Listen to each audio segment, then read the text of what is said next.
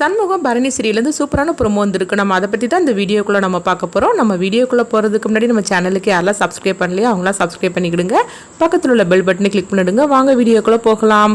சண்முகமும் பரணியோட கதையை முடிக்கணும்னு சொல்லிட்டு வைஜெயந்தி முடிவு எடுத்துருந்தாங்க. அதுபடி பார்த்தோம்னா அவங்க ரெண்டோடைய கதையை முடிக்கணும்னு சொல்லிட்டு குரு கிட்ட சொல்லவும் இப்போ குரு வந்து சொல்கிறாங்க, நீங்கள் ஒன்றும் கவலைப்படாதீங்க மேடம், இந்த வேலையை நான் கச்சிதமாக செய்து முடிக்கிறேன் அப்படிங்கவும், இங்கே பாரு குரு, நான் ஏற்கனவே உங்ககிட்ட எத்தனையோ வேலையில் நான் வந்து சொல்லியிருக்கிறேன், ஆனால் நீ எதுவுமே வந்து செய்து முடிக்காமல் சொதப்பி இருக்கிற, அது மாதிரிக்கு இது நடந்துடக்கூடாது, சண்முகமும் பரணியோட கதையை நீ முடிச்சே ஆகணும், அப்போ தான் அந்த கேஸ்லேருந்து நாங்கள் தப்பிக்க முடியும் அப்படின்னு சொல்லவும் உடனே குருவும் சரி அப்படிங்கிறாங்க. அடுத்து பார்த்தோம்னா சண்முகமும் பரணியும் வந்து பைக்கில் போயிட்டு இருக்கிறாங்க. அப்போ பின்னாடியே ஒரு லாரி வருது. சண்முக பரணியோட கதையை முடிக்கிறதுக்காக அவங்க ஃபாலோ பண்ணிட்டு வந்துட்டு இருக்கும் போது எல்லாரும் வந்து முருகர் சாமி கோயிலுக்கு போகிறதுக்காக வந்து காவடி எடுத்துட்டு வராங்க. அப்போ சண்முகமும் பரணியும் வந்து பைக்கில் போயிட்டு இருக்கவும் அப்போ லாரி பின்னாடி வந்துட்டு இருக்கும்போது அந்த ரெண்டுக்கு இடையில அவங்க வந்து காவடி எடுத்துட்டு வரவும் லாரிக்காரங்களெல்லாம் அவங்கள ஃபாலோ பண்ண முடியாமல் போச்சுது. சண்முகம் பரணியும் அவங்க பட்டுக்கு போயிடவும், ஐயோ நம்ம என்ன பண்ணுறதுக்கு, அவங்களுடைய கதையை முடிக்க சொல்லி கொடுத்தாங்க, இப்படி நடந்து போச்சுது அப்படின்னு சொல்லிக்கிட்டு லாரிக்காரங்க பார்த்தோம்னா ரொம்பவே எரிச்சலோடு இருந்துட்டு இருக்கும்போது அப்போ குரு வந்து ஃபோன் பண்ணுறாங்க. என்னையா வேலையை முடிச்சிட்டே அப்படின்னு சொல்லி கேட்கும் இல்லை வேலையை முடிக்கல அப்படிங்கிறாங்க. என்னையாச்சு அப்படின்னு சொல்லி கேட்டுட்டு இருக்கும்போது எல்லாரும் பழனிக்கு வந்து பால் காவடி எடுத்துகிட்டு போயிட்டு இருக்கிறாங்க, அதனால இந்த மாதிரி நடந்து போச்சு அப்படிங்கவும், ஒரு வேலையை கொடுத்தா ஒழுங்காக செஞ்சு முடிக்கிறீங்களா, இப்போ பாரு அவங்க என்ன போட்டுலாம் திட்டுவாங்க அப்படின்னு சொல்லிக்கிட்டு குரு வந்து எரிச்சலோடு இருக்கிறாங்க. அடுத்தவங்க பார்த்தோம்னா வந்து இசைக்கியை தான் காட்டுறாங்க. அப்போ இசைக்கு வந்து எனக்கு வயிறு வலிக்குது அப்படின்னு சொல்லவும் உடனே பாக்கியா வந்து ஓடி வராங்க. என்னடி ஆச்சு அப்படின்னு சொல்லி கேட்டுட்டு இருக்கும்போது, அத்தை எனக்கு வயிறு வலிக்கிற மாதிரிக்கு தெரியுது அப்படிங்கவும், என்னது இன்னும் நாள் கிடக்குதுல அப்படின்னு சொல்லவும், சரி இரு நான் பரணிக்கு ஃபோன் பண்ணுறேன் அப்படின்னு சொல்லிட்டு பாக்கியா வந்து பரணிக்கு ஃபோன் பண்ணுறாங்க. அப்போ பரணியும் வராங்க. என்னாச்சு அப்படின்னு சொல்லி கேட்டுட்டு இருக்கவும், இசைக்கு வயிறு வலிக்குன்னு சொல்லிட்டு இருக்கிறா, கொஞ்சம் செக் பண்ணி பாரு அப்படிங்கவும் உடனே வந்து பரணி செக் பண்ணி பார்த்துட்டு இருக்கிறாங்க. ஆமாம் இவளுக்கு இன்னும் கொஞ்ச நாளில் வந்து டெலிவரி ஆகிரும் அப்படிங்கிறாங்க.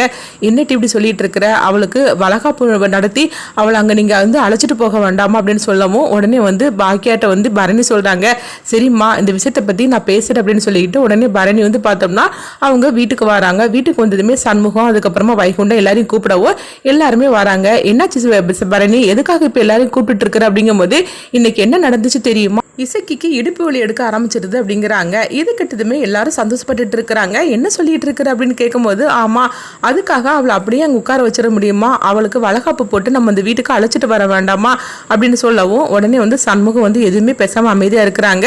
அப்ப வைகுண்டம் சொல்றாங்க, ஆமா சண்முகம் நம்ம இங்க நடந்த பிரச்சனை இல்லை, நம்ம இசைக்கே நம்ம மறந்தே போயிட்டு அப்படிங்கும் போது அப்ப ரத்னாவும் சொல்றாங்க, ஆமாண்ணா இங்க நடந்த பிரச்சனையில நம்ம இசைக்கே மறந்துட்டோம், அவளை நம்ம இங்க வீட்டுக்கு அழைச்சிட்டு வர வேண்டாமா அப்படிங்கவும் அப்ப கனி வந்து சொல்றாங்க, ஐ ஜாலி நம்ம வீட்டுக்கு பாப்பா வரப்போகுது அப்படின்னு சொல்லிட்டு அவங்க சந்தோஷப்பட்டு இருக்கவும் உடனே பரணி வந்து சொல்லிட்டு இருக்கிறாங்க, ஆமாம்மா அவளை நம்ம வீட்டுக்கு வந்து நம்ம செய்யக்கூடிய முறையெல்லாம் செஞ்சு தானே நம்ம அழைச்சிட்டு வரணும் அப்படிங்கவும் உடனே வைங்கட்டம்மா ஆமா சண்முகம் அப்படிங்கும் போது இப்போ சண்முகம் வந்து சொல்றாங்க, சரி ஒரு நல்ல நாளை பார்த்து நம்ம அவளை அழைச்சிட்டு வந்துடலாம் அப்படின்னு சொல்லிட்டு உடனே கேலண்டர் எடுத்து பார்க்குறாங்க. நாளைக்கு நாள் நல்லா தான் இருக்குது, நம்ம நாளைக்கே அழைச்சிட்டு வந்துடலாம் அப்படிங்கவும், சரி இந்த விஷயத்தை பற்றி நான் அம்மா கிட்ட நான் சொல்லிடுறது அப்படிங்கிறாங்க. அப்போ பரணி வந்து பாக்கியாவுக்கு ஃபோன் பண்ணுறாங்க, அம்மா நாளைக்கே நாங்கள் இசைக்கு அழைச்சிட்டு வந்துடுதோம்மா அப்படின்னு சொல்லும் போது, சரி தாண்டி நாளைக்கே நல்ல நாள் தான் அப்படின்னு சொல்லும் போது உடனே சரி அப்படிங்கிறாங்க.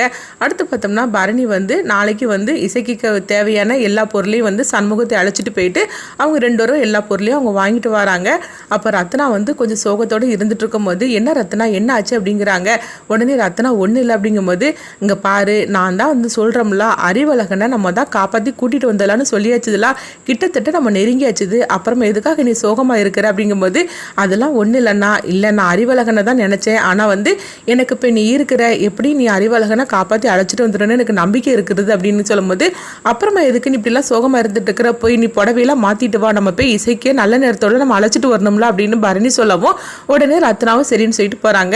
அடுத்து பார்த்தோம்னா வீராவை தான் காட்டுறாங்க. அப்போ வீரா வந்து டியூட்டிக்கு கிளம்புவோம், இன்னைக்கு கூட நீ டியூட்டிக்கு தான் கிளம்புவியா அப்படின்னு சொல்லிட்டு இருக்கும்போது உடனே வீரா சொல்கிறாங்க, இல்லை நான் அங்கே வரல, இசைக்கு தான் இங்கே அழைச்சிட்டு வந்துடுவீங்களா, நான் இங்கே வந்துச்சு அவளை பார்த்துக்கிட்டேன் அப்படின்னு சொல்லும் போது, என்ன வீரா அப்படி பேசிட்டு இருக்கிற, நீ வர வேண்டாமா அப்படிங்கும்போது, இல்லை நாங்கள் வரல, எனக்கு அங்கே வர்றதுக்கு எனக்கு பிடிக்கல, எப்படி இசைக்கு நம்ம வீட்டுக்கு தான் நான் வரப்போகிறேன், அதனால அவளை இங்கே வச்சு பார்த்துக்கிட்டது, எனக்கு டியூட்டிக்கு வர நேரமாச்சு அப்படின்னு சொல்லிட்டு வீரா வந்து அவங்க வேலைக்கு கிளம்பிடுறாங்க. அப்போ சண்முகமும் சொல்கிறாங்க, சரி வீராவுக்கு அங்கே வர்றதுக்கு விருப்பம் இல்லைன்னா அவளை விட்டுறலாம் அப்படின்னு சொல்லிட்டு இருக்கிறாங்க.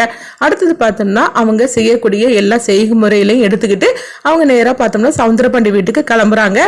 அப்போ எல்லாருமே வருவாங்க அப்படின்னு சொல்லிட்டு பாக்கியா வந்து எல்லாமே தடபடலாம் ரெடி பண்ணிட்டு இருக்கவும் உடனே சவுந்தரபாண்டி சொல்லிட்டு இருக்கிறாங்க, எப்படியோ இன்னைக்கு இந்த வீட்டை விட்டு போக போறாளா அப்படின்னு சொல்லிட்டு சந்தோஷப்பட்டு இருக்கவும் பாண்டியமால சொல்லிட்டு இருக்கிறாங்க, ஆமால இன்னும் கொஞ்ச நாளைக்கு ஒரு தொல்லையே இருக்காது அப்படின்னு சொல்லிட்டு இருக்கும்போதே சண்முகம், பரணி, வைகுண்டம், ரத்னானு எல்லாருமே வீட்டுக்கு வந்துருந்தாங்க. வந்ததுமே பாக்கியா, சிவபாலன், முத்துப்பாண்டி எல்லாருமே வந்து வாங்கன்னு சொல்லிட்டு வரவேற்கவும் உடனே வந்து என்னம்மா நாங்கள் என்ன அசல் ஊருக்காரங்களா அப்படின்னு சொல்லி கேட்டுட்டு இருக்கும்போதே, ஆமாட்டி உன்னதான் கல்யாணம் பண்ணி கொடுத்தாச்சு, இதெல்லாம் நம்மளும் நீங்கள் அசல் ஊருக்காரங்க தான் அப்படின்னு சொல்லவும் உடனே வந்து பரணி சிரிச்சிட்டு இருக்கிறாங்க. அடுத்து பார்த்தோம்னா அவங்க கொண்டு வந்த செய்முறையெல்லாம் எடுத்து வைக்கவும் அப்போ இசைக்கியும் அவங்க முத்துப்பாண்டி உட்கார வச்சு இசைக்கு வலையெல்லாம் வந்து பரணி போட்டு விட்றாங்க. அப்போ வந்து ஃபங்க்ஷன் எல்லாம் நல்லபடியாக முடிஞ்சதுமே சவுந்தரபாண்டிட்டையும் பாக்கியா கிட்டையும் இசைக்கும் முத்துப்பாண்டியும் வந்து காலில் விழுந்து ஆசீர்வாதம் வாங்குறாங்க. அப்போ சவுந்தரபாண்டி சொல்கிறாங்க, நல்லபடியாக குழந்தை பெற்று எடுத்துடுவா அப்படின்னு சொல்லிட்டு அவங்க ஆசீர்வாதம் பண்ணுவோம். எப்பா இன்னைக்காவது அவருக்கு வாயில் நல்ல வார்த்தை வந்துச்சு அப்படின்னு சொல்லிட்டு பாக்கியா வந்து சொல்லிட்டு இருக்கிறாங்க.